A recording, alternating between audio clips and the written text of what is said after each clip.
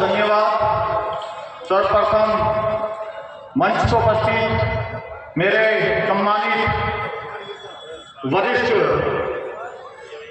माननीय निजाम चौधरी जी प्रभारी मेरठ मंडल राष्ट्रीय कोर कमेटी के सदस्य, हमारे माननीय सतपाल चौधरी जी प्रदेश कोर कमेटी के सदस्य, संजय यादव जी मेरठ मंडल के प्रभारी, तालिब चौधरी जी और मंच को उपस्थित मेरे सभी सीनियर वरिष्ठ और कनिष्ठ साथी, आप सभी को मेरा क्रांतिकारी जय भीम। गाजियाबाद के कोने से चलकर आए इस मुरादनगर के पार्क में उपस्थित मेरी माताएं, मेरी बहनें, मेरे बड़े, मेरे बुजुर्ग, आप सभी को मेरा क्रांतिकारी जय भीम। साथियों, आज जो हम यहाँ पर इकट्ठा हुए हैं, मान्यवर काशीराम साहब का परिनिर्वाण दिवस है और मान्यवर काशीराम साहब वो शख्सियत हैं जिन्होंने उत्तर प्रदेश के अंदर बहुजनों के अंदर उस आवाज को जगाने का काम किया और बहुजन समाज को शासक बनने का काम किया, शासक बनाने का काम किया। अपने जीवन काल में जितने भी संघर्ष उन्होंने किए, उनका केवल एक ही संघर्ष रहा कि 85% की जो आबादी है, ये बहुजन समाज की जो आबादी है, इसको एकजुट कर दिया जाए तो हम इस देश के हुक्मनुमा बन सकते हैं। वही कारण रहा माननीय काशीराम साहब की मेहनत का नतीजा, जो उत्तर प्रदेश के अंदर चार बार हमने अपनी सरकार बनाई।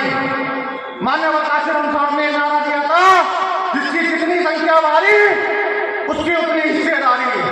साथियों, माननीय काशीराम साहब उस मिशन और मूवमेंट को लेकर आगे चल रहे थे, जो मिशन और मूवमेंट बाबा साहब डॉक्टर भीमराव अम्बेडकर ने चलाया था। उस मिशन के तहत माननीय काशीराम साहब ने काम किया था। लेकिन जब माननीय काशीराम साहब इस तरह से चले गए, उनका परिनिर्वाण हो गया, तो बहुजन समाज हमारा बहुत पीछे चला गया।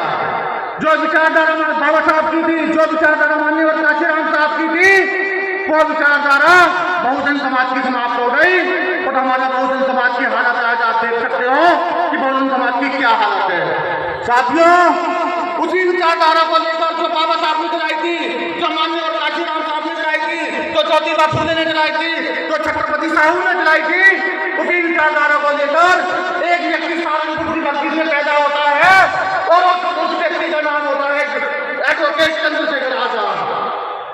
वो उस विचारधारा को लेकर आगे चल रहा है जो विचारधारा बाबा साहब डॉक्टर भीमराव अम्बेडकर ने चलाई थी।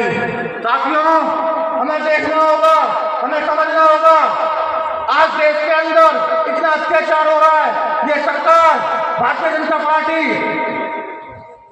जो उत्तर प्रदेश में बैठी हुई है, जो केंद्र में बैठी हुई है, बहुजन समाज के ऊपर, शोषितों के ऊपर, वंचितों के ऊपर इतना अत्याचार कर रही है। केवल उनकी लड़ाई को लड़ने का काम कौन कर रहा है?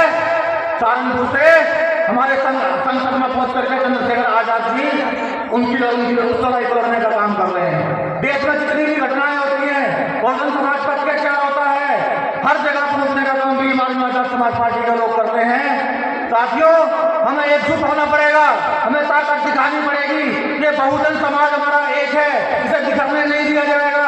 भाई चंद्रशेखर आजाद के हाथों को हमें मजबूत करना होगा। भाई चंद्रशेखर आजाद जी के हाथ अगर मजबूत होंगे तो इस उत्तर प्रदेश की सरकार हमारे हाथों में होगी, उस केंद्र की सरकार हमारे हाथों में होगी। जब तक हम एक नहीं होते, तब तक हम इकट्ठे नहीं होते, तब तक हम मजबूत नहीं बन जाते, तब तक हम बीएमआरएम आजाद समाज पार्टी को मजबूत नहीं करेंगे, तब तक हम सत्ता में आने वाले नहीं है। साथियों, भीम आर्मी एक विचारधारा है, आजाद समाज पार्टी एक विचारधारा है। उस विचारधारा को लेकर के हमें आगे बढ़ना है।